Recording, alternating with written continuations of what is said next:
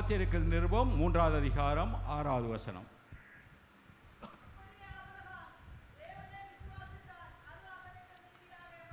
அப்படியே ஆபிரகாம் தேவனை விசுவாசித்தான், அது அவனுக்கு நீதியாக எண்ணப்பட்டது. ஆபிரகாம் தேவனை விசுவாசித்தான். இது எந்த இடத்துல நடக்கிறது என்றால், அவர் விசுவாசித்த காரியம் ஆதியாகமம் 15வது அதிகாரம் 5-6 வசனங்களில். ஆதியாகமம் 15வது அதிகாரம் 5-6 வசனங்களில்.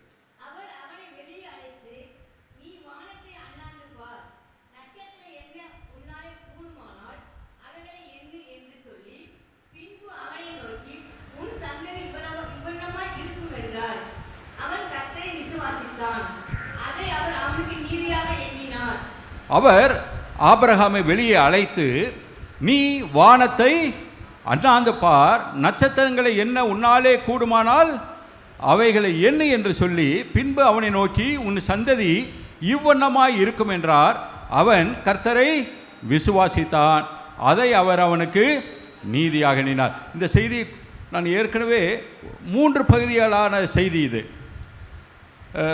முதல் 2 பகுதிகளை ஏற்கனவே உங்களுக்கு சொல்லியிருக்கேன். இருந்தாலும் புதிதாக வந்தவர்களுக்கு திருப்பி அதை நினைவுபடுத்துவதற்காக குறைவாக கொஞ்சம் மாத்திரம் அதை சொல்லிவிட்டு, இன்ட்ரடக்ஷன் மாதிரி சொல்லிவிட்டு 3வது பகுதிக்குள்ளாக இன்றைக்கு கடந்து செல்ல விரும்புகிறேன். அந்த முதல் 2 பகுதிகள் நம்ம அந்த நியூஸ் லெட்டர் போடும்போது கூட எழுதியிருக்கிறேன் அந்த காரியங்களை குறித்து, அந்த ஆபிரகாமின் விசுவாசத்தை குறித்து, எப்படி அந்த ஆபிரகாமின் விசுவாசம் எப்படி இந்த புதிய ஏற்பாட்டின் காலத்துக்குள்ளாக வந்தது இயேசு கிறிஸ்துவின் மூலமாக என்பதை குறித்தும் ஏற்கனவே நம்ம சொல்லியிருக்கோம். இருந்தாலும் கூட அதை சுருக்கமாக அந்த முன்னுரையை சொல்லிவிட்டு அந்த 3வது பகுதிக்குள்ளாக செல்ல விரும்புகிறேன்.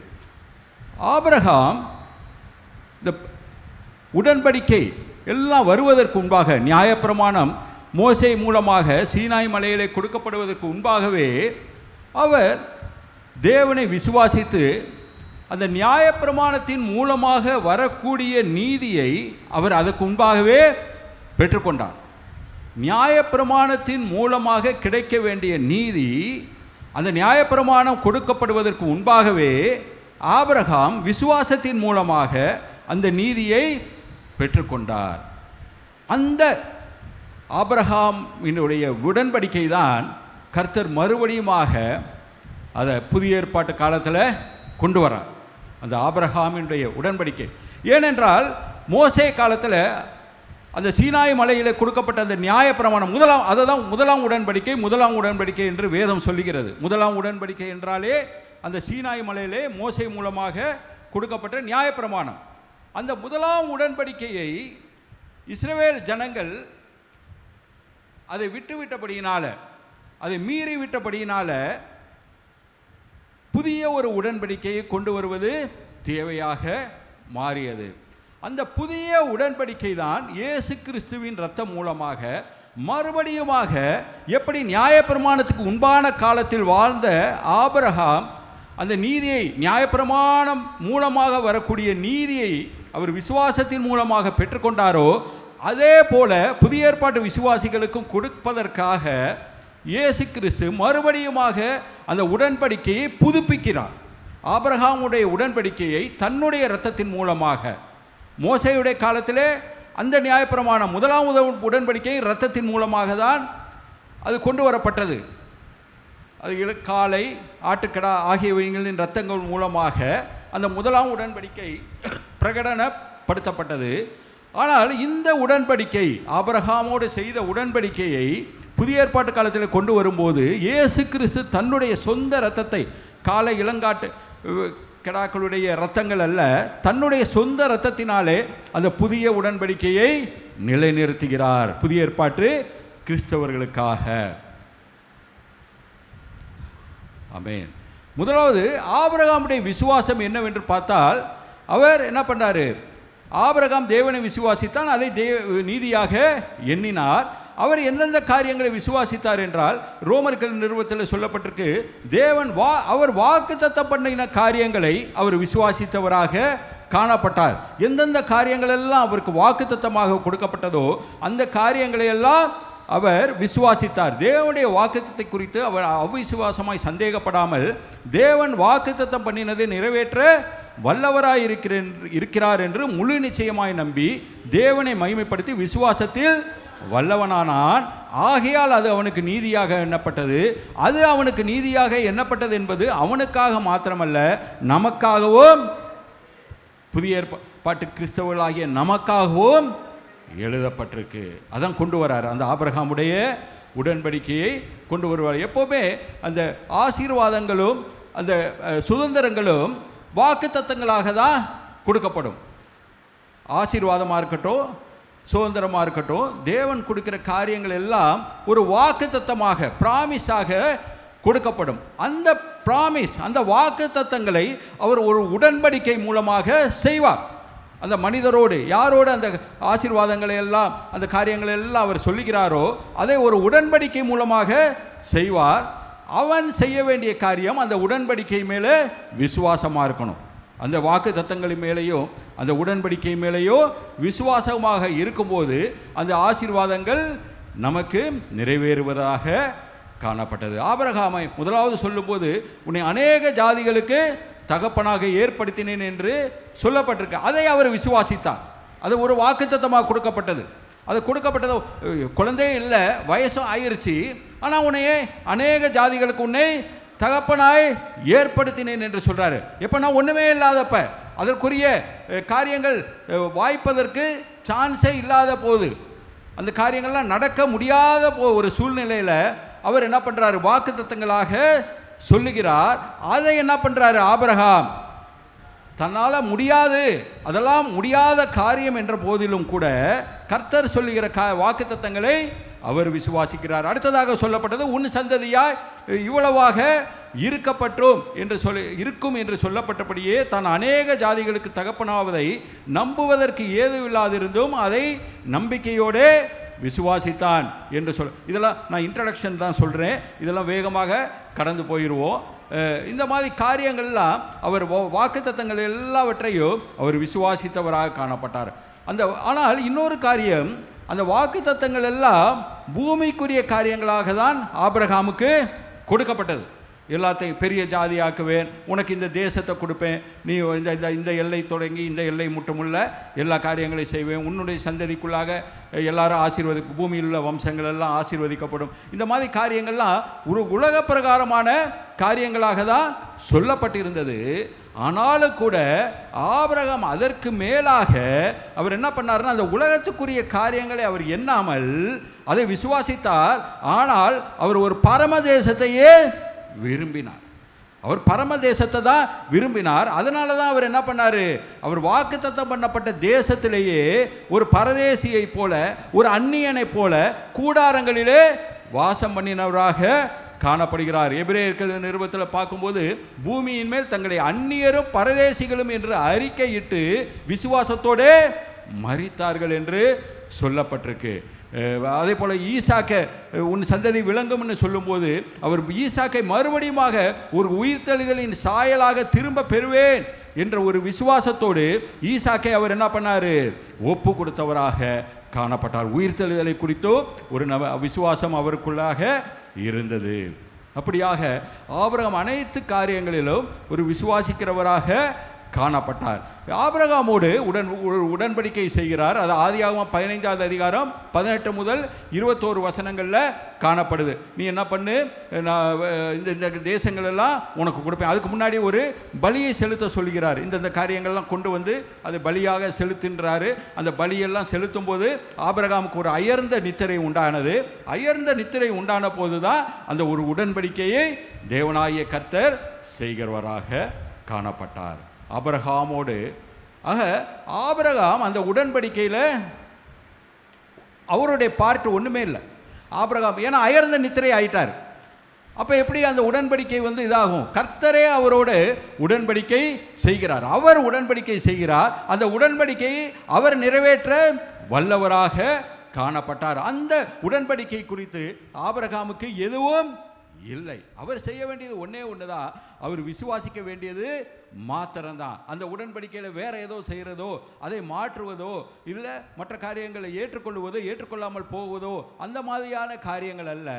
தேவன் அவரோடு செய்த உடன்படிக்கையின் போது ஆபிரகாம் அயர்ந்த நித்திரையாக இருந்தபடியினால அவருடைய பங்கு அதிலே ஒன்றுமே இல்லாமல் காணப்பட்டது. தேவனே அந்த உடன்படிக்கையை அவரோடு செய்தார். 3 வயது கிடாரியை கொண்டு வா, 3 வயது வெள்ளாட்டை கொண்டு வா, 3 வயது ஆட்டுக்கடா, ஒரு காட்டுப்புறாலும் கொண்டாந்து புறா குஞ்சியும் கொண்டு வந்து அவைகள் என்ன பண்ணு பலியாக செலுத்துன்னு சொல்லி, ஆக உடன்படிக்கை நான் சொன்ன மாதிரி எப்பெல்லாம் உடன்படிக்கை செய்யப்படுதோ ரத்தத்தின் மூலமாக தான் உடன்படிக்கை செய்யப்படும். மோசையோடு செய்யப்பட்ட உடன்படிக்கையோ இரத்தத்தின் மூலமாக செய்யப்பட்டது அந்த நியாயப்பிரமாணம். ஆபிரகாமோடு செய்யப்பட்ட உடன்படிக்கையோ இந்த இரத்தத்தின் மூலமாக செய்யப்பட்ட உடன்படிக்கையாக இருந்தது. ஆபிரகாமுக்கு அயர்ந்த நித்திரை வந்தது. என்னென்ன ஆசீர்வாதங்கள் ஆபிரகாமுக்கு இருந்தது என்று சுருக்கமாக பார்த்துட்டு போயிடுவோம். நான் உன்னை பெரிய ஜாதியாக்கின்ற ஆதியாகமம் 12வது அதிகாரம் 1 முதல் 3 வசனத்தில் சொல்லப்பட்டிருக்க அந்த ஆசீர்வாதங்கள்லாம். நான் உன்னை பெரிய ஜாதியாக்குவேன்னு சொல்கிறாரு. அப்புறம் உன்னை உன்னை ஆசீர்வதிப்பேன். அப்புறம் 22வது அதிகாரம் 3 இடத்துல அதை சொல்கிறாரு. ஆதியாகமம் 12வது அதிகாரத்தில் வரும், ஆதியாகமம் 15வது அதிகாரத்தில் ஒரு ஆசீர்வாதம் வரும், ஆதியாகமம் 22 ஈசாக்கை பலியிட போய் திரும்ப அவனை உயிர்த்தெழுதலின் சாயலாக திரும்ப பெற்ற பிறகு ஒரு ஆசீர்வாதத்தை கொடுப்பார். ஒரு 3 இடத்துல அந்த ஆபிரகாமுடைய ஆசீர்வாதங்கள், ஆபிரகாமுக்கு கொடுக்கப்பட்ட ஆசீர்வாதங்கள் சொல்லப்பட்டிருக்கும்.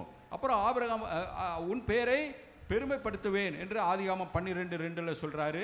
நீ ஆசீர்வாதமாக இருப்பா, அதாவது மற்றவர்களுக்கு, நீ மட்டும் ஆசீர்வாதங்களை பெற்றவர்களாக இல்லை, மற்றவர்களுக்கும் நீ ஆசீர்வாதங்களை கொடுக்கிறவனாக இருப்பார். அதே போல் உன்னை ஆசீர்வதிப்பேன், உன்னை சபிக்கிறவர்களை சபிப்பேன் என்று சொல்லப்பட்டிருக்கு. பூமியில் உள்ள வம்சங்கள் எல்லாம் உனக்குள் ஆசீர்வதிக்கப்படும் என்று சொல்லப்பட்டிருக்கு. அடுத்தது இது 12வது அதிகாரம். ஆதியாகமம் 15 என்ன சொல்கிறாருன்னா, தேசம், இந்த தேசத்தை உனக்கு கொடுப்பேன்னு சொல்கிறார், வாக்கு பண்ணுறார். அந்த இடத்துல கொடுக்கப்படுற வாக்கு தத்துவம் இந்த எல்லை, அந்த எல்லையை வகுக்கிறார். இந்த இடம் தொடங்கி இந்த இடம் வரைக்கும் இருக்கிற இந்த தேசத்தை நான் உனக்கு கொடுப்பேன் என்று அது ஒரு ஆசீர்வாதமாக கொடுக்கிறார். அதே போல் ஆதியாகமம் 22வது அதிகாரத்தில் ஈசாக்கை பலியிட போய் அவர் திரும்பி வரும்போது அந்த அவருக்கு பதிலாக ஈசாக்குக்கு பதிலாக ஆட்டுக்கடாவை பலியிட்டு வரும்போது அவருக்கு ஒரு ஆசீர்வாதங்கள் சொல்லப்படுது.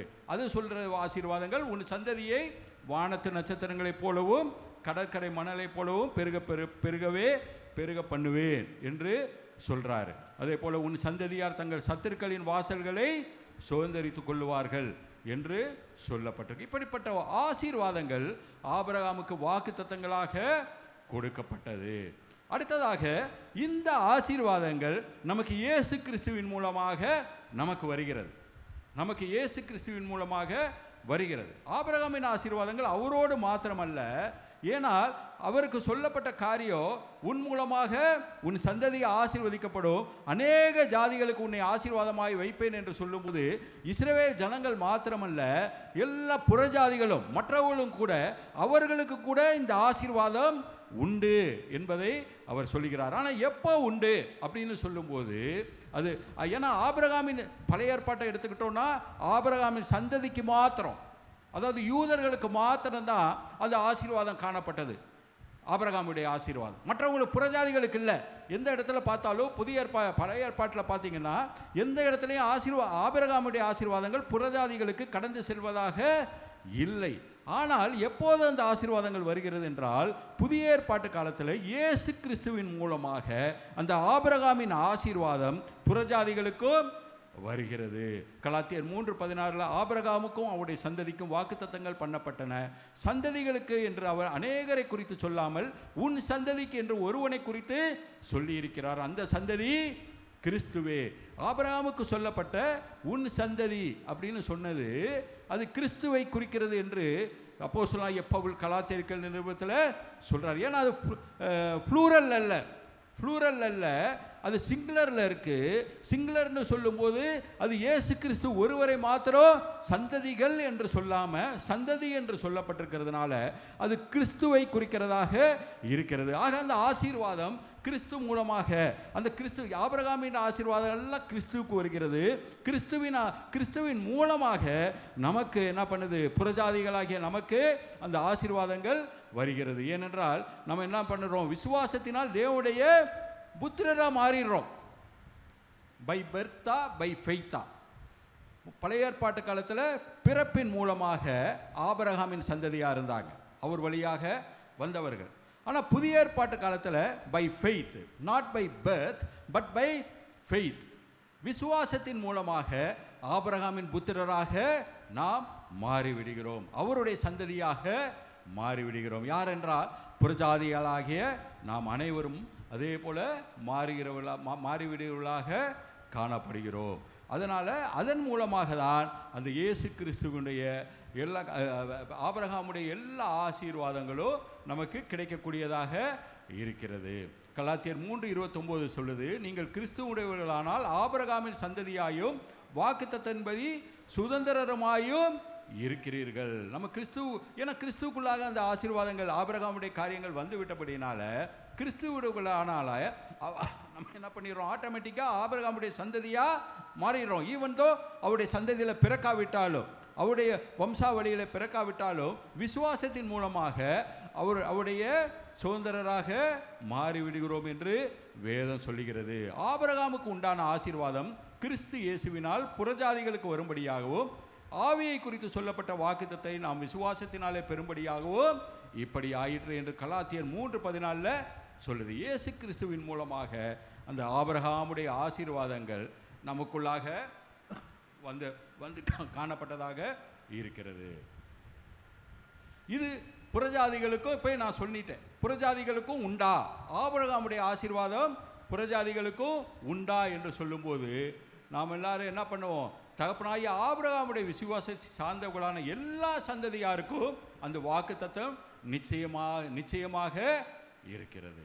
எல்லாருக்கும், எல்லா சந்ததியாருக்கும், யார் எல்லாம் விசுவாசிக்கிறார்களோ, கர்த்தராகிய இயேசு கிறிஸ்துவை விசுவாசிக்கிறார்களோ அவர்கள் எல்லாருக்கும் என்ன பண்ணுது, அந்த காரியங்கள் ஆபிரகாமுடைய காரியங்கள் கடந்து வருகிறதா இருக்கிறது. விசுவாச மார்க்கத்தார் எவர்களோ அவர்களே ஆபிரகாமின் பிள்ளைகள் என்று அறிவீர்களாக என்று சொல்லப்பட்டிருக்கு. மாம்சத்தின் படி பிறந்தவர்கள் பிள்ளைகள் அல்ல, ஆனால் விசுவாசத்தின் மூலமாக பிறந்த பிள்ளைகளாகிய நாம் எல்லாரும் ஆபிரகாமுடைய பிள்ளைகள் என்று சொல்லப்பட்டிருக்கு. எபேசியர் 3:3 புறஜாதிகள் சுவிசேஷத்தினாலே உடன் சுதந்திரமாய் ஒரே சரீரத்துக்குள்ளானவர்களுமாய் கிறிஸ்துவுக்குள் அவர் பண்ணின வாக்குத்தத்தத்திற்கு உடன் பங்காளிகளாய் இருக்கிறார்கள்.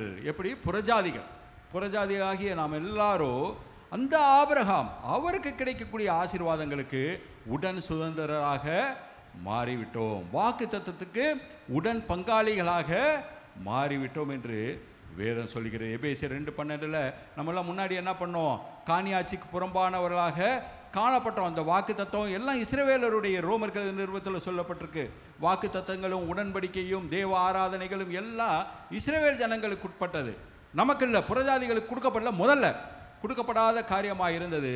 ஆனால் இயேசு கிறிஸ்து மூலமாக புதிய ஏற்பாட்டு காலத்தில் அந்த எல்லா உடன்படிக்கை, அந்த எல்லா விதமான ஆசீர்வாதங்கள், எல்லா விதமான வாக்கு தத்தங்கள், எல்லா விதமான ஆராதனைகள், மற்ற காரியங்கள் எல்லாம் நமக்கு கடந்து வருகிறதாக காணப்படுகிறது, நமக்கு வந்துருச்சு. ஏன் இதுக்கு முன்பாக நியாயப்பிரமாணம் கொடுக்கப்படும்? அப்படி என்றால் ஆபிரகாமுடைய விசுவாசமே அப்படியே கொண்டு வந்திருக்கலாமே, ஏன் நடுவில் மோசேயுடைய நியாயப்பிரமாணம் வருவதற்குரிய காரணம் என்ன? ஏன் மோசேயுடைய நியாயப்பிரமாணம்னு ஒன்று கொண்டு வரணும்? ஆபிரகாம் தான் சரியாக இருந்தார், அவர் விசுவாசித்தார், விசுவாசத்தின் மூலமாக நீதியாக எண்ணப்பட்டது, அவர் நீதிமானாக மாறிவிட்டார். இதே காரியங்கள் அப்படியே கொண்டு வந்திருக்கலாமேனா, ஆனால் வேதம் சொல்லுகிறது ஏன் நியாயப்பிரமாணத்தின் நோக்கம் என்ன? கலாத்தியர் 3:19 வாக்கு தத்தத்தை பெற்ற சந்ததி வருமளவும் அது அக்கிரமங்களின் நிமித்தமாக கூட்டப்பட்டு தேவதூதரை கொண்டு மத்தியஸ்தன் கையிலே கட்டளையிட்டப்பட்டது. ஏன் நியாயப்பிரமாணம் கொடுத்தது என்றால் வாக்கு தத்தம் பெற்ற சந்ததி வரணும். அந்த வாக்கு தத்தம் பெற்ற சந்ததி எப்போ வரும்னா இயேசு கிறிஸ்துக்கு அப்புறம் தான் வரும். இயேசு கிறிஸ்துவில் ஆரம்பித்து அதற்கப்புறமாக தான் வரும். அதாவது புதிய ஏற்பாட்டு சந்ததி. அந்த புதிய ஏற்பாட்டு சந்ததி வருமளமாக, அந்த வாக்குத்தத்தம் பண்ணப்பட்ட சந்ததி வருமளமாக அந்த நியாயப்பிரமாணம் கொடுக்கப்பட்டது. இடைப்பட்ட காலத்துக்காக, அந்த இடைப்பட்ட காலத்திற்காக கொடுக்கப்பட்டது தான் அந்த நியாயப்பிரமாணமாக இருக்கிறது. கலாத்தியர் 3:22 இயேசு கிறிஸ்துவை பற்றும் விசுவாசத்தினாலே பலிக்கிற வாக்குத்தத்தம் விசுவாசம் உள்ளவருக்கு அளிக்கும்படி வேதம் எல்லாரையும் ஏகமாய் பாவத்தின் கீழ் அடைத்து போட்டது. எப்போனா அந்த இடைப்பட்ட காலத்தில், மோசேயுடைய நியாயப்பிரமாணம் கொடுக்கப்பட்ட காலத்திலேருந்து இயேசு கிறிஸ்து பிறக்கிற காலம் வரைக்கும், அவருடைய காலம் வரைக்கும் இருக்கிற அந்த இடைப்பட்ட காலத்தில் எல்லாவற்றையும் ஏகமாய் பாவத்தின் கீழாக அடைத்து போட்டதாக காணப்பட்டது. கலாத்தியர் 3:29 விசுவாசம் வருகிறதுக்கு முன்னே வெளிப்பட போகிற விசுவாசத்திற்கு ஏதுவாக நாம் அடைக்கப்பட்டவர்களாய் நியாயப்பிரமாணத்தின் கீழ் காவல் பண்ணி, அது ஒரு காவலாளியாக இருந்துச்சுன்னு சொல்கிறார். ஒரு காவல் காக்கிறதாக, எங்கே போயிடாம, அது எங்கே மற்ற இடத்துக்கு போகாமல் ஒரு காவலாளி இருப்பது போல அது ஒரு காவலாளியாக இருந்து அந்த இடைப்பட்ட காலத்தில் ப்ரிசர்வ் பண்ணிச்சு, அந்த ஜனங்களை பாதுகாத்ததாக காணப்படும். அதற்காக தான் இந்த நியாயப்பிரமாணம் கொடுக்கு. ஏன்னா கர்த்தர் நியமித்த காரியம் ஒன்று, அது இப்போ தான் வரணும் அப்படின்னு வச்சிருக்காரு. அந்த விசுவாசமுள்ள சந்ததி வரணும். அந்த விசுவாசமுள்ள சந்ததி வருமளவும் அந்த நியாயப்பிரமாணத்தின் கீழாக நம்ம காவல் பண்ணப்பட்டிருந்தோம். இன்னொரு இடத்துல சொல்லுது, அந்த நியாயப்பிரமாணம் கிறிஸ்துவிடத்திலே வழி நடத்துகிற உபாத்தியாய் இருந்தது அப்படின்னு டியூட்டர், சில இதில் டிரான்ஸ்லேஷனில் டியூட்டர்னு சொல்லப்பட்டிருக்கு. டிசிப்ளினேரியன், ஒரு ஒழுங்குபடுத்துகிற காரியமாக ஒரு இன்சார்ஜ்னு சொல்லப்பட்டிருக்கு சில ஆங்கில வேதாமத்தில். அந்த மாதிரி ஒரு நியாயப்பிரமாணம் ஒரு ஒழுங்குபடுத்துகிறதாக, அதுக்கு ஒரு இன்சார்ஜாக, ஒரு பொறுப்பானதாக இயேசு கிறிஸ்து வருமளமாக அதை காத்து கொண்டு வருவதற்காக அந்த நியாயப்பிரமாணம் காணப்பட்டதாக வேதம் சொல்லுகிறது. ஆகவே தான் அந்த மோசையின் மூலமாக ஒரு இடைப்பட்ட காலத்துக்கு கர்த்தர் நியமித்த காலம் ஒன்று, இயேசு கிறிஸ்து வரணும், அவர் வருவதற்கு ஒரு காலம் நியமிக்கப்பட்டிருக்கு. அவர் வருமளமாக, அந்த விசுவாசமுள்ள சந்ததி வருமளமாக இந்த நியாயப்பிரமாணம் கொடுக்கப்பட்டு அந்த இடைப்பட்ட காலத்தில் உள்ள ஜனங்கள் எல்லாம் காவல் பண்ணப்பட்டவர்களாக அந்த நியாயப்பிரமாணம் அவர்களை பாதுகாத்ததாக, கிறிஸ்துவுக்கு நேராக வழி நடத்தினதாக காணப்பட்டது. ஏன் அப்போ நியாயப்பிரமாணம் ஃபெயில் ஆயிடுச்சு? ஏன் தோல்வியுற்றது? நியாயப்பிரமாணம் ஏன் மோசையின் மூலமாக கொடுக்கப்பட்ட நியாயப்பிரமாணம் தோல்வியுற்றது அப்படின்னு பார்த்தோன்னா, நியாயப்பிரமாணத்தின் கிரியைக்கார யாவரும் சாபத்திற்கு உட்பட்டிருக்காங்க. வேதம் சொல்லிடுது, நியாயப்பிரமாணத்தின் மூலமாக நடக்கிறவன் சாபத்துக்கு உட்பட்டிருக்கான். ஏன்னா நியாயப்பிரமாணம் எல்லாத்தையும் செஞ்சால் ஆசீர்வாதம், எல்லா காரியத்தையும் ஒன்று விடாமல் செஞ்சால் ஆசீர்வாதம். அதில் ஒன்று பிசகினால், ஒரு காரியத்தை தவற விட்டாலும் கூட ஒரு சாபத்துக்குள்ளாக கடந்து போயிடும். அத்தனை காரியத்தையும் செஞ்சிருப்போம், ஆனால் ஒரே காரியத்தை தவறு செய்தது மூலமாக நியாயப்பிரமாணத்தின்படி நடக்காததுனால அந்த நியாயப்பிரமாணத்தின் சாபம் நம்மை ஆட்கொண்டதாக, அந்த இடைப்பட்ட காலத்தில் உள்ள ஜனங்களை ஆட்கொண்டதாக இருந்தது. அதனால தான் ஃபெயில் ஆயிடுச்சு. அதை யாரும் நிறைவேற்ற முடியாது. யாக்கோபுல சொல்கிறாரு, அது எல்லாத்தையும் நீ ஒன்றை கூட விட்டுறக்கூடாது, நியாயப்பிரமாணத்தை நீ எல்லாவற்றையும் நிறைவேற்றுறதுக்காக இருக்க வேணும். ஒரு காரியத்தில் நீ தவற விட்டாலோ தவறுனது தான். ஆக நியாயப்பிரமாணம் நம்மளை முழுமையாக ஒரு பூரணத்துக்குள்ளாக நம்மை நடத்தவில்லை. அதனால தான் அதோடைய ஃபெயிலியர், அந்த நியாயப்பிரமாணம் ஃபெயிலியர் ஆனதுக்கு காரணம் அதுதான். அதே மாதிரி நியாயப்பிரமாணத்தில் ஒருவனும் தேவனிடத்தில் நீதிமான் ஆகிறது இல்லை. ஏன்னா நியாயப்பிரமாணத்துக்கு எல்லாத்தையும் செஞ்சாதான் நீதிமான். நியாயப்பிரமாணத்தில் குறித்திருக்கிற எல்லா காரியங்களையும் செய்தால் தான் நீதிமானாக முடியும். அதில் ஒன்றில் பிசகினால் கூட நீதிமானாக முடியாது, சாபத்துக்குரியவர்களாக மாறிவிடுகிறோம். அதனால் அதை நீதிமானாகவும் மாற்றலை.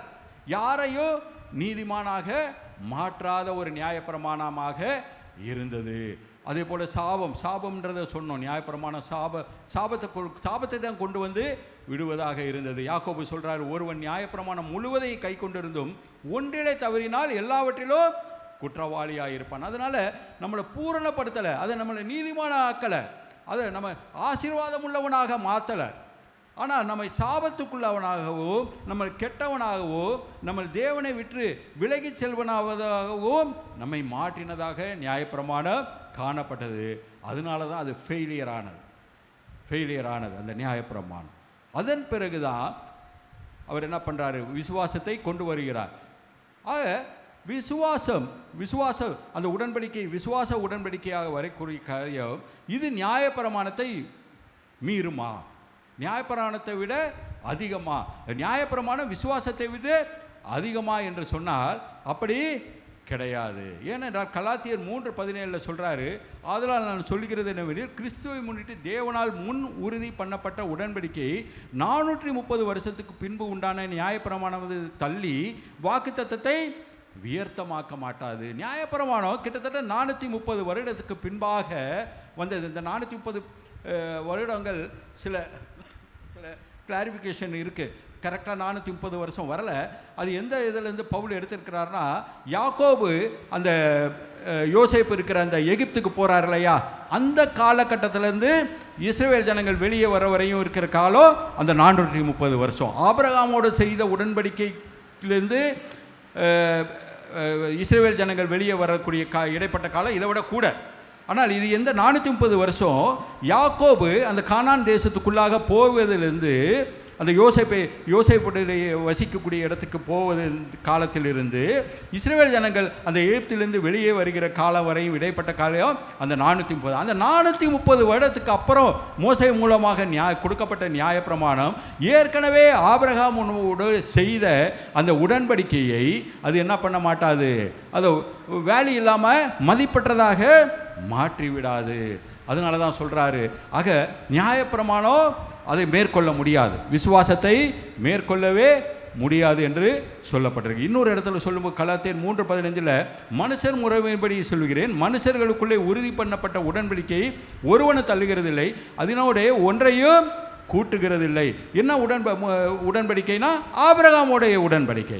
இயேசு கிறிஸ்து ஆபிரகாமுடைய கர்த்தராகிய தேவன் ஆபிரகாமுடைய பண்ணின உடன்படிக்கையை என்ன பண்ண முடியாது, ஒன்றையும் கூட்டவும் இல்லை. நான் ஏற்கனவே சொன்னேன், ஆபிரகாமுக்கு இந்த ஹி ஹேட் நோ ஆக்ட், அவருக்கு ஒன்றுமே கிடையாது. அங்கே அந்த இடத்துல அவர் செய்ய வேண்டிய காரியம் இல்லை. ஏன்னா அயர்ந்த நித்திரையை உண்டு பண்ணினார். அதில் அவர் ஒன்றுமே பேச முடியல. அவர் இயேசு கிறிஸ்து அந்த உடன்படிக்கையை செய்யும் போது ஆபிரகாம் எந்த ஒரு காரியத்தையும் விளக்கமும் கேட்க முடியல, அதை எதிர்த்தும் பேச முடியலை, அது எப்படி ஆகும் என்று கேட்க முடியலை. ஏனால் அவருக்கு அயர்ந்த நித்திரை வந்து விட்டது. கர்த்தரே அவரோடு உடன்படிக்கை பண்ணினார். ஆக அந்த உடன்படிக்கை ஒன்று மனுஷன் சாதாரண உடன்படிக்கையை பவுல் சொல்கிறார். அந்த காலத்தில் அந்த ரோமர் காலத்தில் சாதாரண உடன்படிக்கையை ஒன்றையும் கூட்ட முடியாது, அதில் குறைக்க முடியாது. அப்படின்னும் போது இந்த மாதிரி ஆபிரகாமுடைய பண்ணின உடன்படிக்கை, கர்த்தரே பண்ணின ஒன் சைடட் கவனன்ட். அந்த கவனன்ட் அந்த உடன்படிக்கை மாற்றவே முடியாது, ஆபிரகாமாலேயே மாற்ற முடியாது என்று சொல்லும்போது அதற்கு பின்பாக வருகிற எந்த ஒரு மனிதனாலும் மாற்ற முடியாது. ஆக நியாயப்பிரமாணம் வியர்த்தமாகி போய்விட்டது. அது மாத்திரமல்ல, நியாயப்பிரமாணத்தினாலே ஒருவனும் தேவனிடத்தில் நீதிமானாகிறதில்லை என்பது வெளியரங்கமாயிருக்கிறது. ஏனெனில் விசுவாசத்தினாலே நீதிமான் பிழைப்பான் என்று எழுதியிருக்கிறது. ஆபகுக்கு எழுதின நிருபத்தில் 1வது அதிகாரத்தில் சொல்லப்பட்டிருக்கு, விசுவாசத்தினாலே நீதிமான் பிழைப்பான். பழைய ஏற்பாட்டிலேயே தீர்க்கதரிசனமாக உரைக்கப்பட்டுருச்சு. நியாயப்பிரமாணம் ஒன்றும் பண்ண முடியாது. விசுவாசம் வரும்போது அந்த ஆபிரகாம் உடைய உடன்படிக்கை வரும்போது நியாயப்பிரமாணம் ஒன்றுமில்லாமல் போய்விடுகிறது, ஒன்றுமில்லாமல் போயுது. அதனால் விசுவாசத்தினால் நீதிமான், இது முக்கியமான வார்த்தை, நிறைய பேருக்கு தெரியும். நிறையா பெரிய தேவ மனிதர்கள்லாம் ரட்சிக்கப்படுவதற்கு காரணமாக இருந்த தேவனுடைய வார்த்தை இதுதான், விசுவாசத்தினால் நீதிமான் பிழைப்பான் என்கிற வார்த்தை அநேகரை ஜான் வெஸ்லியாக இருக்கட்டும், மார்ட்டின் லூதராக இருக்கட்டும், இன்னொருத்தர் பேர் மறந்துட்டு, அவர் பெரியவர், எல்லாரும் இந்த வார்த்தையை மாத்திரம், இந்த வசனத்தை மாத்திரம் படிச்சுட்டு ரட்சிக்கப்பட்டாங்க. இந்த ஒரு வசனம் அவ்வளோ வல்லமையுள்ள வசனம். விசுவாசத்தினால் நீதிமான் பிழைப்பான், அவ்வளோதான். விசுவாசத்தினால் நீதிமான் பிழைப்பான். இந்த வசனம்தான் அந்த மூவரையும் பெரிய மனிதர்களை தொட்டது. அவர்கள் எல்லாம் என்ன பண்ணாங்க, ரட்சிக்கப்பட்டவர்களாக தேவனுடைய பிள்ளைகளாக மாறினார்கள். மார்ட்டின் லூத்தர் வேற ஒன்றும் இது பண்ணலைங்க, அதுக்கு ப்ரிஃபேஸ் எழுதியிருந்தாராம், அதுக்கு முன்னுரை. ஒருத்தர் அந்த முன்னுரையை படிச்சுட்டு, இந்த வசனத்துக்கு முன்னுரையை படிச்சுட்டு ரோமர்கள் நிருபத்தில் வரும், அதை படிச்சுட்டு அவர் அப்படியே ஒப்பு கொடுத்துட்டார், கர்த்தரிடத்தில் ஒப்பு கொடுத்தாரு. ஜான் வெஸ்லி எங்கேயோ போய்கிட்டு இருந்திருக்காரு. அப்போ இந்த ஒரு இடத்துல பிரசங்கம் பண்ணியிருக்காங்க இந்த வசனத்தை. இவர் அந்த வசனத்தை கேட்ட உடனே அப்படியே ரட்சிக்கப்பட்டார். இந்த வசனத்தை கேட்ட அப்பேற்பட்ட ஒரு வசனம் தான் விசுவாசத்தினாலே நீதிமான் பிழைப்பான். இதனால தான் மார்ட்டின் லூதர் கொண்டு வந்தார், எல்லாம் அந்த ரோமன் கேத்தலிக்கில் இருக்கிற எல்லா காரியங்களும் ஒழிச்சு போடணும் அப்படின்னு சொல்லி, அப்பா எதுவுமே இல்லை, நீ சொல்கிற ஒரு காரியமும், நீ மனுஷன் செய்கிற காரியங்கள்லாம் ஒன்றும் இல்லை, போயிட்டு அங்கே போய் கேட்குறது, பாவ மன்னிப்பு கேட்குறது, இல்லை போய் அங்கே இருக்கிற ஆட்களுக்கு ஜோம் பண்ணுறது, இப்போ நரகத்தில் பாதாளத்தில் இருக்கிறவங்களுக்கு இந்த மாதிரி காரியங்கள்லாம் ஒன்றும் கிடையாது. நீ அவன் என்ன சொல்கிறான் ரோமன் கத்தோலிக்கில், மனிதர் கிரியையினால நம்ம நீதிமானாயிர முடியும் அப்படின்னு. நோ, மனிதருடைய கிரியையினால அல்ல, விசுவாசத்தினாலே நீதிமான பிழைப்பான் என்று எழுதியிருக்கிறது என்று சொல்லி தான் அவர் அந்த ரோமன் கத்தோலிக்கிலேருந்து அந்த ப்ராட்டஸ்டண்ட்டை கொண்டு வந்தார். அது கொண்டு வருவதற்கு காரணமாக இருந்த இந்த வசனம் அவருக்கு முக்கியமானதாக இருந்தது. அதுக்கு வெளிவருவதற்கு காரணமாக இருந்த வசனம் இதுதான். விசுவாசம்தான் முக்கியம். விசுவாசம் அதான் சோலா ஃபிடே. இதுக்கு இதே இந்த பவர் பாயிண்ட்டுக்கு இதுக்கே சோலா ஃபிடே அவர் கொண்டு வந்தது மார்ட்டின் லூதர். சோலா ஃபிடே, விசுவாசம் மாத்திரமே, ஃபெய்த் அலோன், விசுவாசம் மாத்திரமே, வேற எதுவும் கிடையாது, விசுவாசம் மாத்திரமே, விசுவாசம் மாத்திரமே அப்படின்ட்டு அந்த சோலா ஃபிடே அப்படின்ற வார்த்தையை அவர் கொண்டு வந்தார். ஆக விசுவாசம், அந்த ஆபிரகாமுடைய விசுவாசத்தை மறுபடியுமாக புதுப்பிக்கிறவராக காணப்பட்டார். எப்போ இந்த ஆபிரகாமுடைய கவனன்ட் உடன்படிக்கை மறுபடியுமாக ஸ்தாபிக்கப்பட்டது என்றால் இயேசு கிறிஸ்துவுடைய மரணத்தின் போது. நம்ம ஏற்கனவே நான் சொல்லியிருக்கேன், எபிரேயர்கள் நிறுவனம் 9:16-17 எங்கே மரண சாசனம் உண்டோ அங்கே அந்த சாசனத்தை எழுதினவுடைய மரணமும் உண்டாக வேண்டும். எப்படி எனில் மரணம் உண்டான பின்பே மரண சாசனம் உறுதிப்படும். இந்த மரண சாசனமாகிய இந்த பழைய ஏற்பாட்டில் சொல்லப்பட்ட காரியம், ஆபிரகாமுக்கு சொல்லப்பட்ட காரியம், எரேமியா தீர்க்கதரிசி 31:31 சொல்லப்பட்ட அந்த புதிய உடன்படிக்கைக்குரிய காரியங்கள் எல்லாம் மறுபடியுமாக ஸ்தாபிக்கப்படணும். அப்படின்னா இந்த மரண சாசனங்கள், அந்த எழுதின காரியங்கள், உயில் எழுதின காரியங்கள்லாம் மறுபடியுமாக ஸ்தாபிக்கப்படணும்னா அதை எழுதினவருடைய மரணம் நேரிடணும். அதான் இயேசு கிறிஸ்து மரித்தான். அந்த சாசனத்தை, அந்த உயிலை எஃபெக்டுக்கு கொண்டு வரணும் என்பதற்காக தான், அதை நடைமுறைக்கு கொண்டு வர வேண்டும் என்பதற்காக தான் அவர் மரித்தவராக மரணம் உண்டாயிற்று. அந்த மரணம் நேரிட்டதுனால அந்த மரண சாசனம் உயிர் பெற்றதாக காணப்பட்டது. ஆக அந்த உடன்படிக்கை இயேசு கிறிஸ்துவின் மரணத்தின் மூலமாக அது வந்தது என்று நாம் காணலாம். ஆமென். அப்போ ஒரு உயிர் இருக்குன்னா அதுக்கு என்ன பண்ணணும்? அதுக்கு ஒரு சந்ததி இருக்கணும். நம்ம எல்லா பத்திரத்துலலாம் எழுதியிருப்பாங்க அவரும் அவருடைய சந்ததிக்கும் அப்படின்னு. அப்போ சந்ததி யார் அப்படின்னு பார்த்தா நாம் தேவனுடைய பிள்ளைகளாக இருக்கிறோம் என்று ஆவியானதாமே நம்முடைய ஆவியினுடைய கூட சாட்சி குடிக்கிறார். நாம் பிள்ளைகளானால் நம்ம தான் ஹேஸ், நம்ம தான் லீகல் ஹேஸ். அந்த வில்லுக்கு, அந்த மரண சாசனத்துக்கு, இயேசு கிறிஸ்து மறுபடியும் கொண்டு வந்த சாசனத்துக்கு யார் சுதந்திரவாளி என்றால் நாம் தான். ஏன்னா நாம் தான் பிள்ளைகள். நாம் அவருடைய பிள்ளைகள்னும் போது சந்ததி ஆயிடுறோம். சந்ததி ஆகிட்டா அந்த பத்திரத்தில் உள்ள காரியங்கள்லாம் நம்மளுக்கு பொருந்தும். வருமா இல்லையா? இன்றைக்கி நடைமுறையில் அதானே இருக்குது. அந்த எந்த டாக்குமெண்ட்லனாலும் நீங்கள் பாருங்கள், அவருக்கும் அவருடைய சந்ததிக்கும் ஹேஸ் அப்படின்னு தான் சொல்லியிருப்பாங்க. அந்த சந்ததிக்கும் அப்படின்னு தான் சொல்லப்பட்டிருக்கும். அதே மாதிரி கொடுக்குறவரும் அவரும் அவருடைய சந்ததியும் இதில் இதை எழுதின பிறகு நாங்கள் ஒன்றும் நானும் பண்ண மாட்டேன், எனக்கு பின்னாடி வர என் சந்ததியோ பண்ண மாட்டோன்னு தான் அதில் குறிப்பிடுவாங்க. அதுதான் இன்றைக்கு நடைமுறையில் இருக்கிற காரியமாக இருக்குது. ஆக நாம் பிள்ளைகளாகும்போது நாம் அந்த உயிலுக்கு நம்ம என்ன பண்ணிடுறோம்? பாத்திரவானாக, உரிமையாளராக மாறிவிடுகிறோம் என்று சொல்லப்பட்டிருக்கு. நீங்கள் கிறிஸ்துவுடையவரானால் ஆபிரகாமின் சந்ததியாராயும் வாக்குத்தத்தத்தின்படி சுதந்திரராயும் இருக்கிறீர்கள் என்று நம்மை குறித்து சொல்லப்பட்டிருக்கு. நீ அடிமையாக இல்லை, புத்திரனாய் இருக்கிறார். புத்திரன்னு சொல்லும்போது தேவனுடைய சுதந்திரனுமாய் இருக்கிறார். ஆக அந்த மரண சாசனத்துக்கு, ஆபிரகாமுடைய செய்த அந்த உடன்படிக்கைக்கு நாம் எல்லாரும் பாத்திரமகன்களாக, பங்குள்ளவர்களாக, உரிமையுள்ளவர்களாக மாறிவிடுகிறவராக காணப்படு.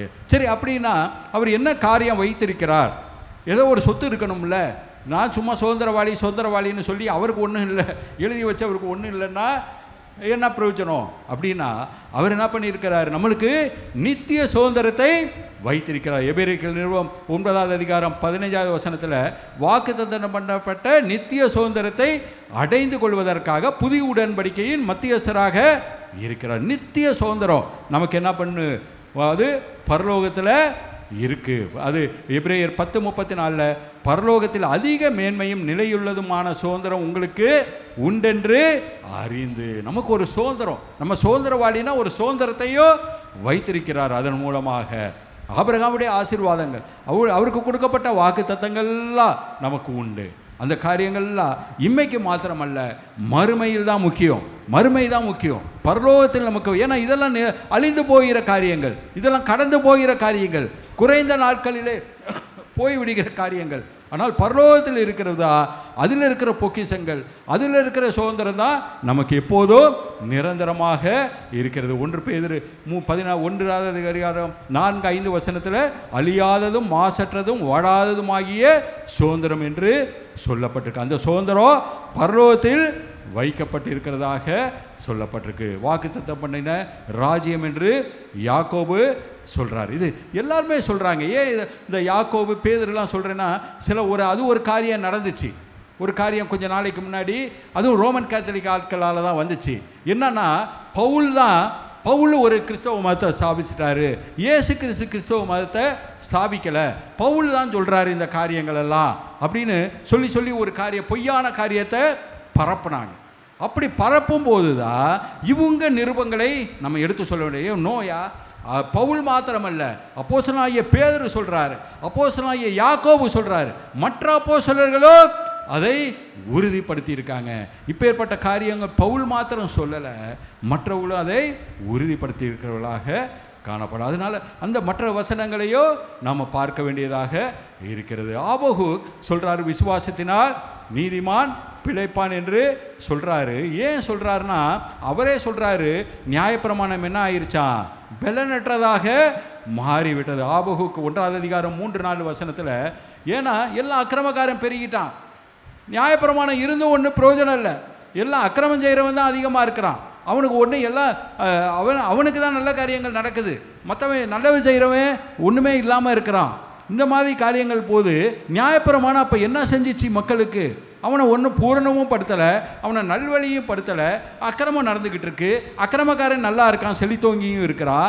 ஆனால் இந்த நல்லா செய்கிற 1-2 பேரோ அவன் சரியா அவனுக்குரிய காரியங்கள், நன்மையான காரியங்கள் கிடைக்கல. அப்போ நியாயப்பிரமாணத்தின் மேலே தவறு இருக்கிறது என்பதை உணர்ந்தவராக ஆபகுக் தீர்க்க தரிசனமாக சொல்கிறார். நியாயப்பிரமாணம் பலனற்றதாக மாறிவிட்டது என்று சொல்லுகிறார். இது ஆபிரகாம், இது நான் சொல்லிட்டேன் நான், அதனால் கடந்து போயிடுறேன். நம்மளுக்கு இன்னும் மற்ற முக்கியமான காரியம் இருக்குது. இதன் பிறகுதான் அவர் என்ன பண்ணுறாருன்னா, விசுவாசத்தை கொண்டு வருகிறார். புதிய ஏற்பாட்டு காலத்தில் விசுவாசம் தான், விசுவாசம். அந்த வசனங்கள், புதிய ஏற்பாட்டு வசனங்களில் பாருங்கள், இயேசு கிறிஸ்துவுடைய சுவிசேஷங்களையும் பாருங்கள், அதன் பிறகு எழுதப்பட்ட அப்போஸ்தலர்கள் எழுதப்பட்ட நிருபங்களையும் பாருங்கள், அவருடைய எல்லாவற்றிலும் முக்கியத்துவம் வருகிறது விசுவாசம். இயேசு கிறிஸ்து வாழ்ந்த காலத்திலும் அவர் என்ன பண்ணார், விசுவாசத்துக்கு தான் முக்கியம் தரார். அவர் அநேக அற்புதங்களை செய்தார். அநேக அற்புதங்களை செய்யும்போது அவர் கேட்குற ஒரே கேள்வி, நீ என்னை விசுவாசிக்கிறாயா, நீ என்னை விசுவாசிக்கிறாயா.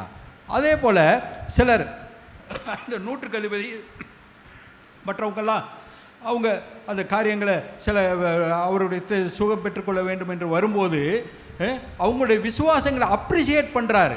இப்போ இஸ்ரவேலருக்குள்ளும் இப்பேற்பட்ட விசுவாசத்தை நான் காணவில்லை என்று அந்த அநேக புறஜாதி ஜனங்கள், கானானிய ஸ்திரீ வராங்க, அவங்கள பார்த்து சொல்கிறாரு, இப்பேற்பட்ட விசுவாசத்தை நான் காணவில்லை அப்படின்னு சொல்கிறாரு. 100 அதிபதியை சொல்கிறாரு, கானானிய ஸ்திரீயை சொல்கிறாரு.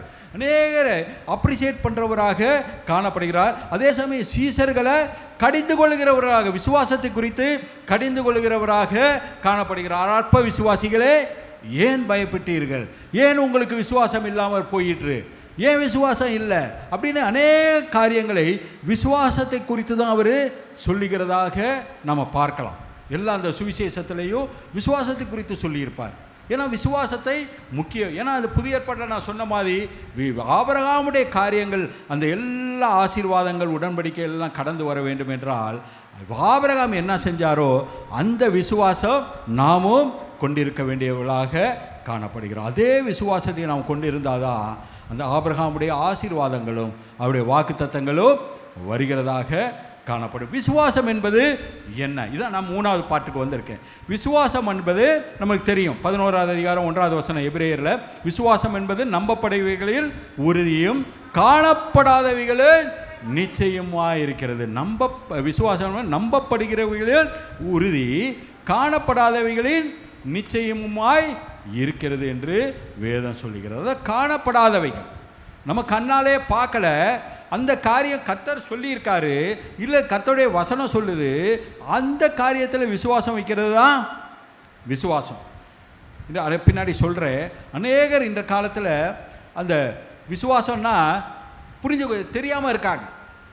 ஏன்னா நான் மாம்சத்தின்படி சில காரியங்களை அவங்களா யோசிச்சுக்கிட்டு அதான் விசுவாசம் அதான் விசுவாசம்னு சொல்லிக்கிறாங்க. அப்படி கிடையாது.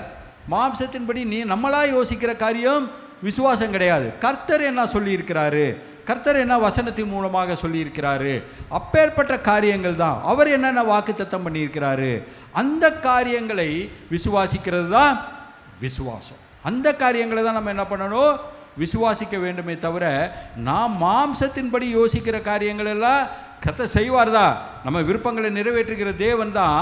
ஆனால் அதுவே முக்கியம் என்று நாம் இருந்துவிட கூட. ஏன்னா கர்த்தர் ஒருவேளை வேற காரியம் நியமிச்சிருக்கலாம், நம்ம ஒன்று சிந்திச்சிருக்கலாம் மாம்சத்தின்படி.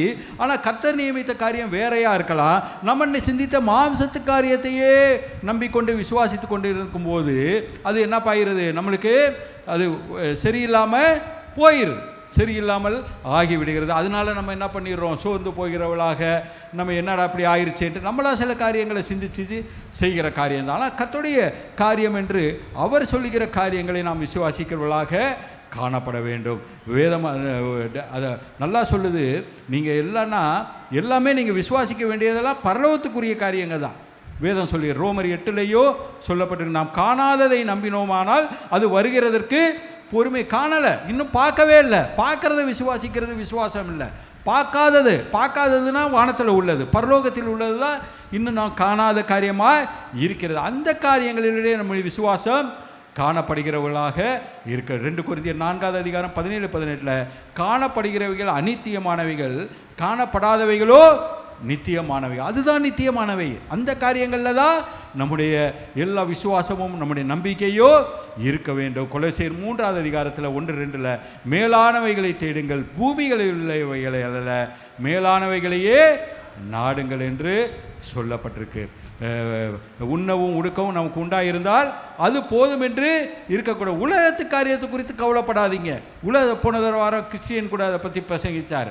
உலகத்தை எண்ணத்தை குடிப்போம், எண்ணத்தை உண்போன்னு கண்டென்ட்டாக இருங்க. இருக்கிற காரியங்களில் திருப்தியாக இருங்க. கர்த்தர் உங்களுக்கு நியமித்த காரியத்தில் திருப்தியாக இருங்க. அதை தவிர உலகத்தின் காரியத்துக்கு அதிக ஈடுபாடு கொடுத்து அதன் மேல் மனதை செலுத்துவதாக இல்லாதிருங்கள் என்று சொன்னாங்க. ஆக நாமும் கூட இந்த அநித்தியமான காரியங்களில் அல்ல, நித்தியமான காரியங்களில் விசுவாசம் உள்ளவர்களாக காணப்படும். ஏன்னா இந்த காரியங்கள் நமக்கு தேவைன்னு பிதாக்கு தெரியும்னு சொல்லப்பட்டிருக்கு. இந்த உலகத்திற்குரிய நம்முடைய வாழ்க்கைக்குரிய காரியங்களை அவர் கொடுக்க வல்லவராக இருக்கிறார். ஆகவே அதெல்லாம் ஆட்டோமேட்டிக்காக கொடுத்துக்கிட்டே இருப்பார்.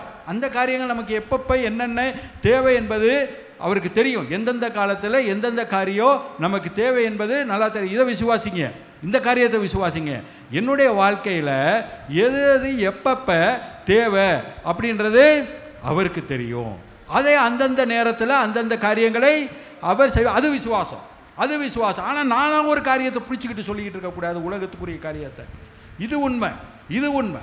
நான் பூலோகத்தில் வாழ்கிற வரைக்கும் எனக்கான நிரந்தரமான வீடு பரலோகத்தில் தான் இருக்குது. இந்த டெம்பரவரி லைஃப்பில் நான் வாழ்கிற காலத்தில் எனக்கு தேவையான காரியங்களை அவர் அறிவார். பரமபிதா எல்லா காரியங்களையும் அறிந்திருக்கிறார். நாளைக்கு என்ன தேவை என்பதும் அவருக்கு தெரியும். அந்த காரியங்களை அவர் செய்ய, நேர்த்தியாய் செய்ய, அதை சிறந்ததாய் செய்ய அவரால் முடியும். இது விசுவாசம். இதை தான் விசுவாசிக்கணும். மற்ற பர்டிகுலராக ஒரு காரியத்தை நம்ம விசுவாசித்துட்டு நம்மளா ஒன்றை சிந்தித்து கொண்டு இருக்கக்கூடாது. கர்த்தர் செய்வார். அது ஆபிரகாம் சொன்னார். ஈசாக்கை பலியிட போகும்போது எல்லாவற்றையும் கர்த்தர் பார்த்து கொள்வார். ஜெகோவா ஜீரே, எல்லாவற்றையும் கர்த்தர் அவருடைய பருவத்திலே பார்த்து கொள்ளப்படும். எல்லாத்தையும் பார்த்து, அது விசுவாசம். அது விசுவாசம். அது பார்த்து கொள்ளப்படும். அது எந்த காரியம்னு எனக்கு தெரியாது, நான் சொல்ல முடியாது, நான் டைரக்ஷன் கொடுக்க முடியாது கர்த்தருக்கு. இந்த காரியத்தை செய்யும், இதை இப்படி செய்யும், இதை இந்த நேரத்தில் செய்யும்னு நான் டைரக்ஷன் கொடுக்க முடியாது. அவருக்கு தெரியும் எந்த காரியத்தை எந்த நேரத்தில் எப்படி சிறப்பாக செய்ய முடியும் என்பதை. அதனால் அவர் கையில் ஒப்பு கொடுத்துட்றேன். அதை அந்தந்த நேரத்தில் அவர் நேர்த்தியாக செய்வார். இதுதான் விசுவாசம். இதுதான் விசுவாசம். உலக பிரகாரமான காரியத்தை பொறுத்தவரைக்கும் நம்முடைய தேவைகளெல்லாம் அறிந்திருக்கிற தேவன் அந்த தேவைகளெல்லாம் அந்தந்த காலத்தில் அவர் செய்கிறதற்கு வல்லவராக இருக்கிறார் என்று சொல்லப்பட்டிருக்கு. ஏற்கனவே சொல்லிட்டேன் இந்த ஆபிரகாமை பற்றி. ஆபிரகாம் என்னதான் அந்த உலக காரியத்தை குறித்து கர்த்தர் சொன்னாலும் அந்த நாட்களிலேயே அவருக்கு இந்த உலகத்தின் காரியத்தின் மேலே நாட்டம் இல்லை. அவருடைய எல்லாமே என்னதான் பரம காரியம்தான். பரம தேசத்தை இதுக்கு ஒரு காரியம் என்ன நான் நினைக்கிறேன்னா, என்னுடைய சொந்த இதில் அவர் ஆபிரகாமை நான் ஒன்று சந்ததி முதல்ல சொல்கிறாரு. அந்த ஆதியாகமம் 15க்கு முன்னாடியே 13-14 அதிகாரமாக இருக்கும். அப்போ என்ன பண்ணுறார், பூமியின் மணலுக்கு ஒப்பாக என்ன கொடுமானால் என்ன அதற்கு ஒப்பாக உன்னுடைய சந்ததியை மாற்றுவேன்னு அப்போ விசுவாசிக்கலை ஆபிரகாம். அப்போ விசுவாசித்தான் என்று சொல்லப்படலை. அப்போ இதே மாதிரி தான் சொல்கிறாரு, உன் சந்ததி இவ்வண்ணமாக இருக்கும், பூமியின் தூளை என்ன கூடுமானால் என்ன அப்படின்னு சொல்கிறார். அப்போ அவர் விசுவாசிக்கலை ஆபிரகாம். அவருக்கு நீதியாகவும் என்ன விசுவாசித்தாதானே நீதியாக எண்ணப்படும். ஆனால் அவர் எப்போ விசுவாசிக்கிறார்னா, வானத்தை அண்ணாந்து பார், நட்சத்திரங்களை என்னன்னு சொல்லும்போது தான் அவர் விசுவாசிக்கிறார். ஆக பூமிக்குரிய காரியத்தை சொல்லும்போது அல்ல, பரம காரியங்களை உன்னதத்துக்குரிய காரியங்களை சொல்லும்போது தான் ஆபிரகாமுடைய கண்கள் திறக்கப்பட்டது. அந்த வானத்தை அண்ணாந்து பார் என்று சொல்லும்போது தான் அவருடைய கண்கள் திறக்கப்பட்டது. அவர் என்ன கண்டாருன்னு நம்மளுக்கு வேதம் சொல்லலை. ஆனால் நான் நினைக்கிறேன் அநேக காரியங்கள் பரலோக ராஜ்யத்தில் என்னென்ன வைக்கப்பட்டிருக்கிறதோ அந்த காரியங்களை எல்லாம் கண்டிருக்கார். அந்த காரியங்கள் எல்லாம் வாசஸ்தலங்கள் உண்டு, அங்கே ஒரு நகரம் உண்டு, அங்கே ஒரு ராஜ்யம் உண்டு, அங்கே ஒரு பரம சேனை உண்டு என்பதை எல்லாம் அவர் கண்டிருப்பதாக நான் யோசிக்கிறேன். அதை யோசித்ததுனால தான் அவருக்கு அந்த பூமிக்குரிய காரியத்தில் ஒரு விருப்பம் இல்லாமல் அதுக்கப்புறம் விருப்பமே இல்லை. அவர் கூடாரங்களில் வாசம் பண்ணுறாரு. நான் பரதேசின்னு அறிக்கை பண்ணுறாரு. அந்நியர் பரதேசியமாக இருக்கிறோன்னு அறிக்கை பண்ணுறாரு. அந்த காரியத்தை தன்னுடைய பிள்ளைகளுக்கு சொல்லித்தராரு. ஈசாக்கு யாக்கோபு சொல்கிறாரு, நான் அந்நியனு பரதேசியமாக இருக்கேன், நான் பரதேசியாக சஞ்சரித்த நாட்கள் அப்படின்னு அவரும் சொல்கிறார். யாக்கோபு தன்னுடைய பிள்ளைகளுக்கும் போதித்தார். ஆபிரகாம் அதே காரியங்களை. ஏன்னா எப்போ அவர் உன்னதத்துக்குரிய பரலோக காரியத்தை கண்டாரோ அப்போவே அவருடைய எல்லா காரியங்களும் மாறி போய்விட்டது. பூலோகத்துக்குரிய காரியங்களில் அவர் சிந்தனையே இல்லை, ஆனால் கொடுத்தார். அதுக்கப்புறம் 15வது அதிகாரத்துக்கு அப்புறம் பாருங்கள், அவர் செல்வ சீமானாக இருந்தார். ஈசாக்குக்கு பொண்ணு பார்க்க போகும்போது அவர் இளையசர் சொல்கிறாரு, என்னுடைய ஆண்டவரை இவ்வளோ ஆஸ்திரிகள்லாம் இருக்குது, பொண்ணு வெள்ளி எல்லா காரியங்களும் கர்த்தர் கொடுத்துருக்கிறாருன்னு அவர் சாட்சி கொடுக்குறார். பூமி தாங்கக்கூடாமல் இருந்தது என்று சொல்லப்பட்டிருக்கு. அதே ஆதியாகமத்தில் சொல்லப்பட்டிருக்கு. அப்பேற்பட்ட ஒரு செல்வ சீமாந்தார். ஆனால் அவருடைய நாட்டம் அதில் இல்லை. ஆனால் தேவைகள் என்னவென்று கர்த்தர் அவருக்கு கொடுத்து கொண்டே வந்தார். பூமிக்குரிய காரியத்திலையும் அவர் ஜீவிக்கிற காரியத்திலையும் கொடுத்து வந்தார். ஆக இதன் மேல் நம்முடைய பற்று இருக்கக்கூடாது. அது கர்த்தர் கொடுத்து கொண்டே இருப்பார்.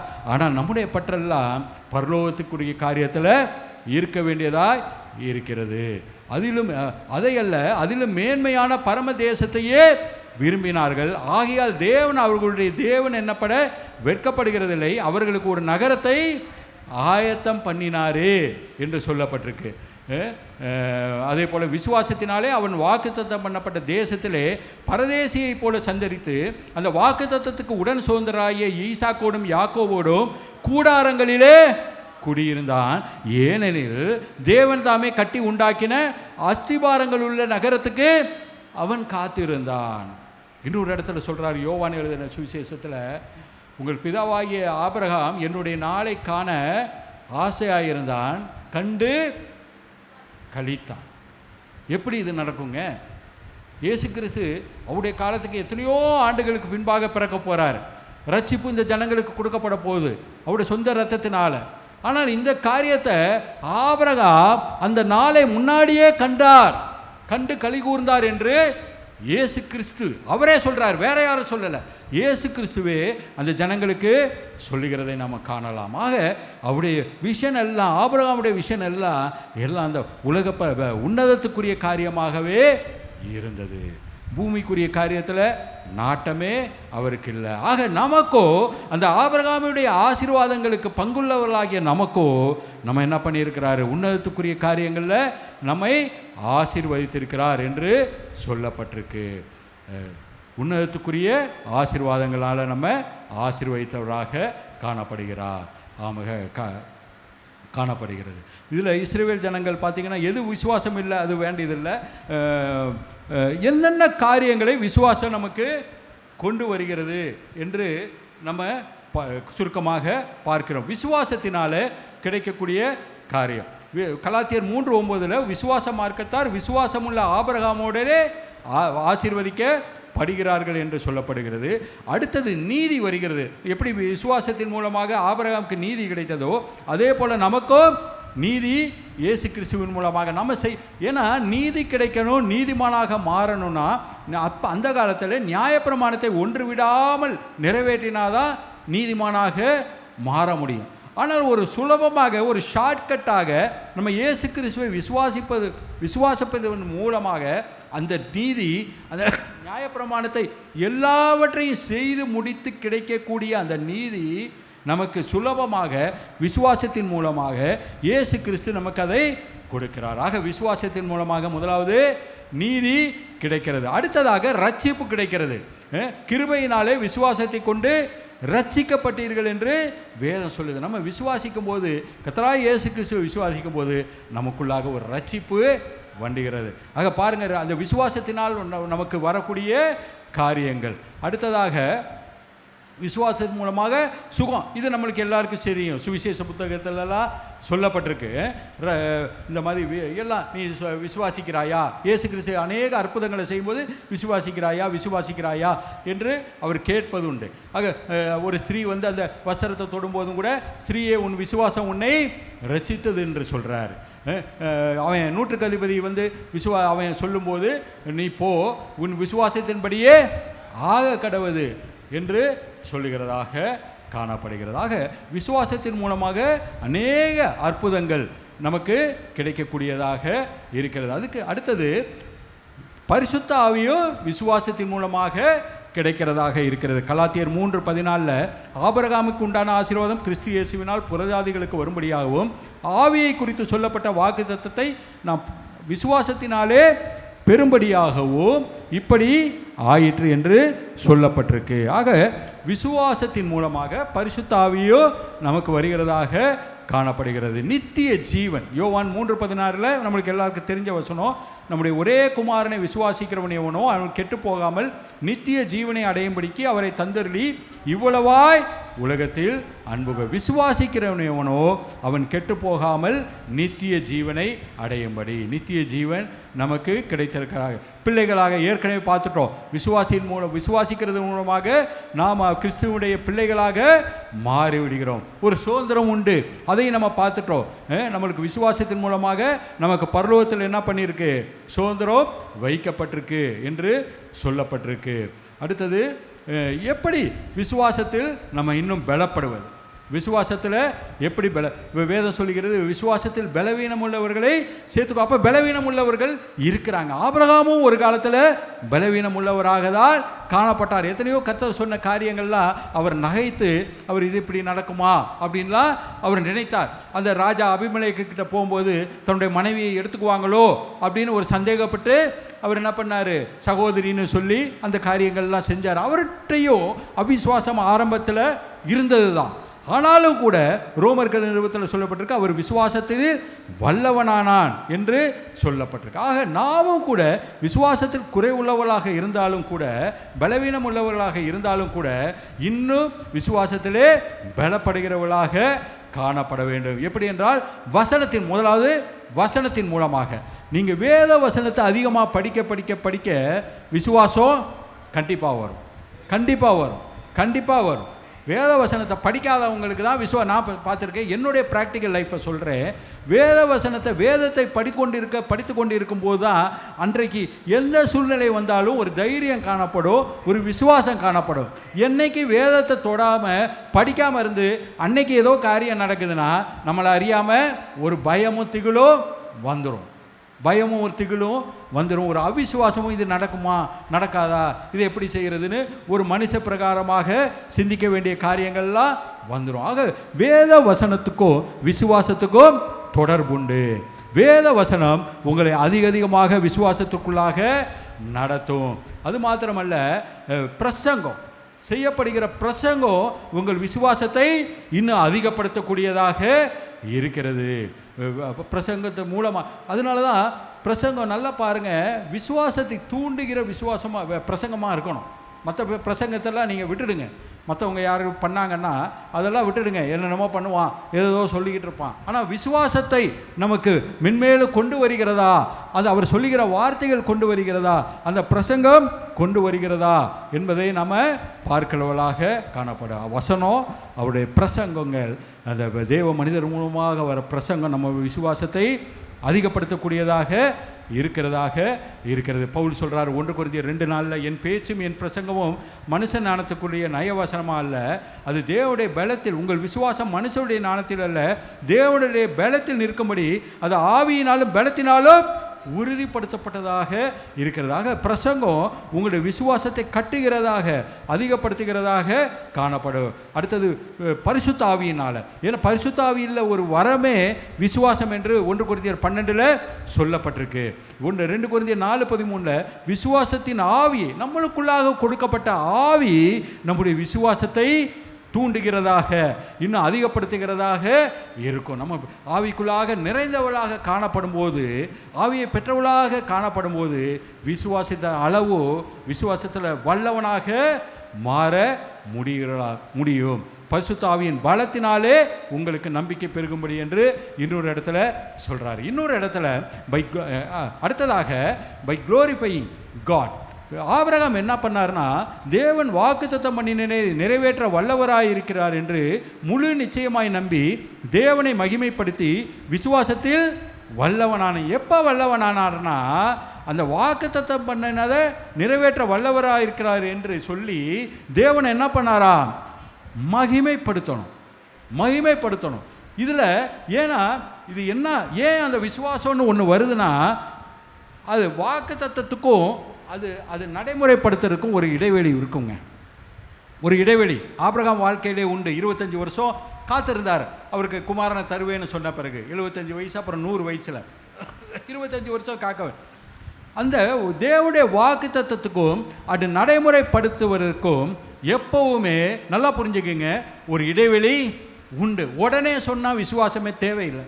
உடனே நடந்தான் கர்த்தர் உடனே உன்னை சொல்லி உடனே நடந்துடுச்சுன்னா அதுக்கு விசுவாசமே தேவையில்லை. ஒரு இடைப்பட்ட காலம் அதுக்காக இருக்கும்போது தான் அந்த இடைப்பட்ட காலத்தில் தொடர்ந்து நம்ம அதில் நம்பிக்கை உள்ளவர்களாக, விசுவாசம் உள்ளவர்களாக இருக்க வேண்டும். அந்த இடைப்பட்ட காலத்தில் நம்ம எப்படி இருக்கணும்னா, அந்த அவர் சொன்ன காரியத்துக்கும் நடக்க போகிற காரியத்துக்கும் இடைப்பட்ட காலத்தில் நம்ம அவரை துதித்து கொண்டு இருக்கலாக, மகிமைப்படுத்தி கொண்டு இருக்கலாக. அது அவிசுவாசமான வார்த்தைகள் ஒன்று பேசாதவர்களாக அந்த விசுவாச வார்த்தைகளையே பேசுகிற. அதனால தான் சொல்லுது, அவன் அறிக்கை பண்ணினான் என்று சொல்லப்பட்டிருக்கு ஒரு இடத்துல.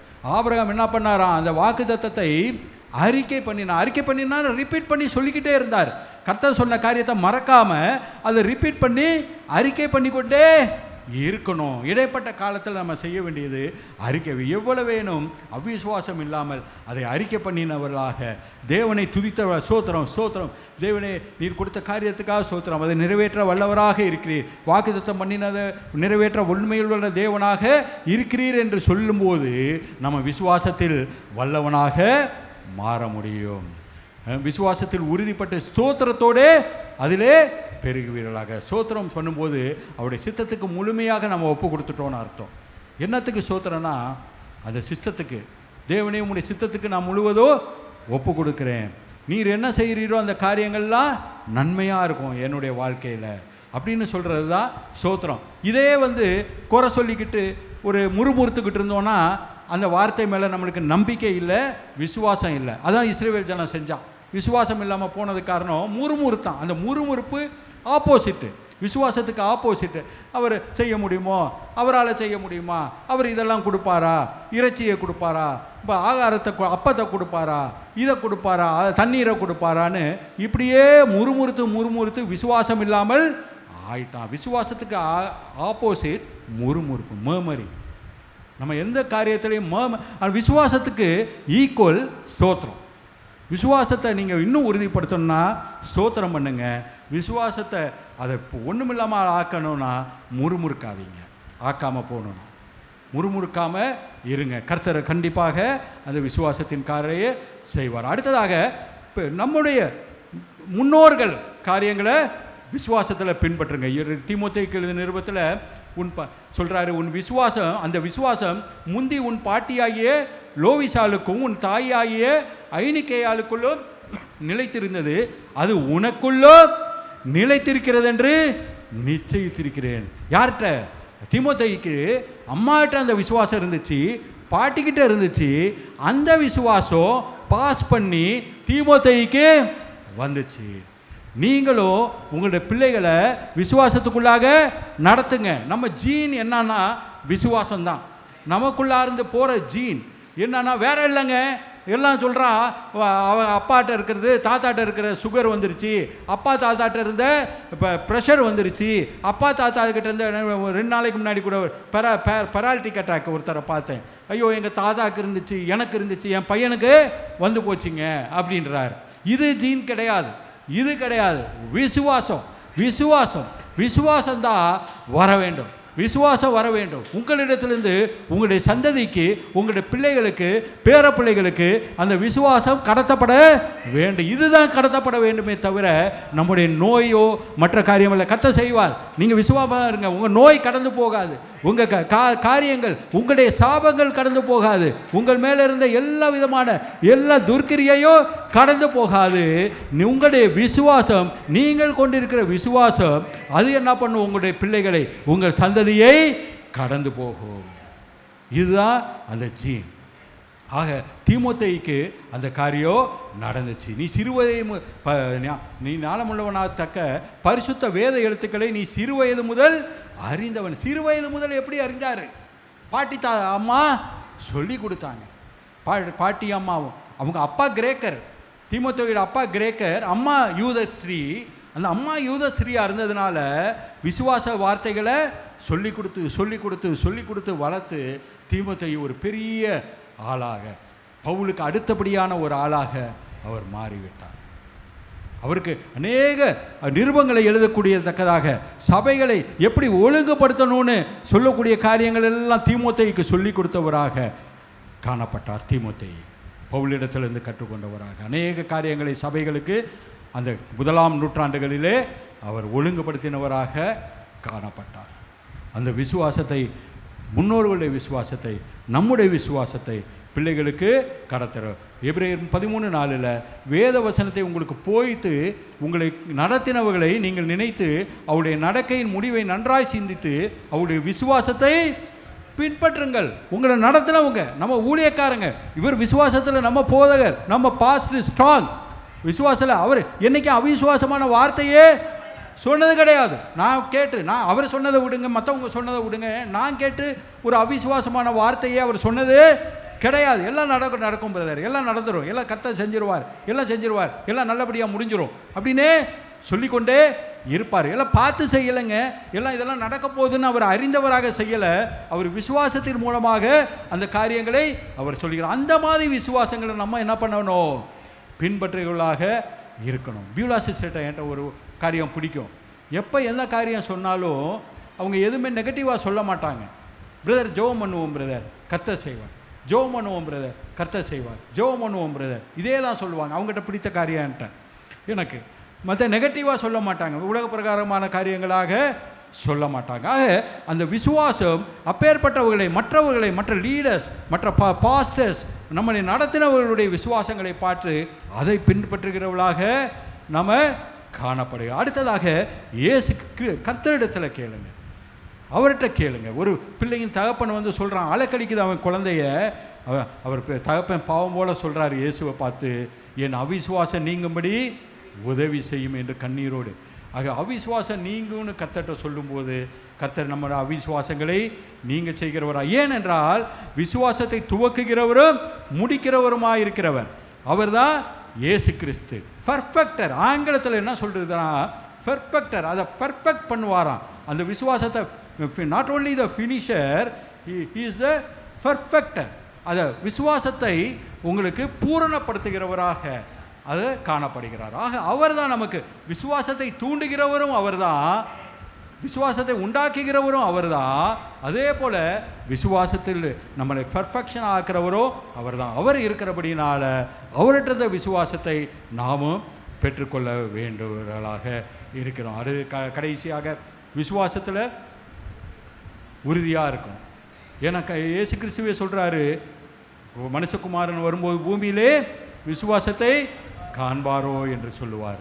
அதனால் விசுவாச பக்தி விருத்துக்கு ஏதுவாக வார்த்தைகளை கேட்காதீங்க. இந்த வம்ச வரலாறு, சீர்கேடான பேச்சு, ஞானம் என்று பொய்யாய் ஏற்பட்டிருக்கிற காரியங்கள் எல்லாம் கேட்காதீங்கன்னு பவுல் சொல்கிறார். இந்த மாதிரி காரியங்கள், ஏன்னா உலக பிரகாரமான கட்டுக்கதைகள், மற்ற காரியங்கள், உலக காரியங்களை கேட்கும்போது நம்ம விசுவாசத்தை அவித்து போடுகிறதாக, அவங்கெல்லாம் நம்ம விசுவாசத்தை இது பண்ணி போகிறவர்களாகவே காணப்படுவாங்க. குறைவுபட்டு போகிற அவன் உலக பிரகாரமான காரியத்தை பேசுவான். அவன் வந்து பேசும்போது நம்மளுக்கு இருக்கிற விசுவாசமோ போயிடும். அப்பா இருந்ததே கொஞ்சோண்டு 10% இருந்துச்சு, நீ அதையும் வந்து எடுத்து போட்டு விட்டியே.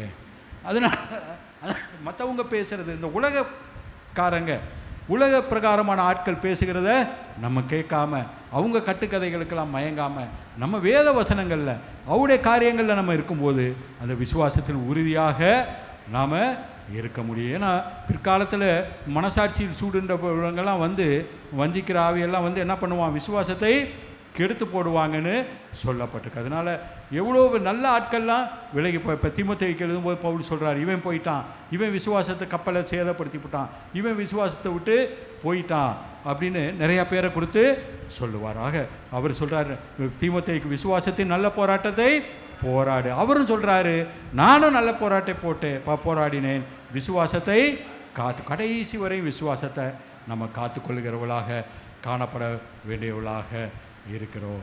ஆமே. கர்த்ததாமே உங்களை அனைவரும் ஆசீர்வதிப்பாராக. அதே ஆபரம் 2 நிமிஷம் நான் ஜெபம் பண்ணி முடிச்சிடுறேன், அதுக்கப்புறம் கிறிஸ்துவ நடத்துவார்.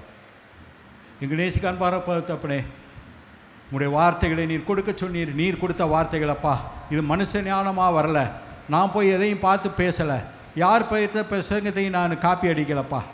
இல்லை, நீர் எனக்கு வெளிப்படுத்தின காரியங்களை உங்களுடைய ஜனங்களுக்கு நான் சொல்லிட்டேன். விசுவாசத்தை துவக்குகிறவர் நீர், அதை பரிபூர்ணப்படுத்தி அதை முடிக்கிற ஒரு நீரப்பா.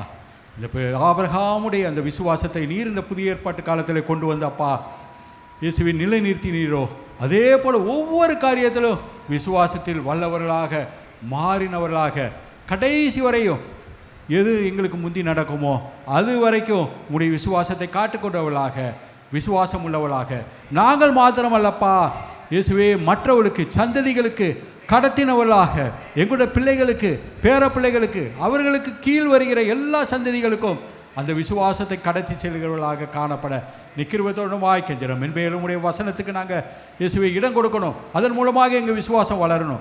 உடைய பரிசுத்த ஆவிக்கு இடம் கொடுக்கணும். ஆவியில் நிரம்பினவர்களாக அனலுள்ளவர்களாக காணப்படணும். அதன் மூலமாக எங்கள் விசுவாசம் இன்னும் அனலுள்ளதாக, இன்னும் பலமுள்ளதாக மாற கிருபையோடு வாய்க்கஞ்சுகிறப்பா. வராதவர்களுக்கும் கூட இந்த நன்மையை செய்தல்ல வேண்டுமாய் இயேசுவின் மூலம் வேண்டிக் கொள்கிறோம் நல்ல பிதாவே. ஆமென்.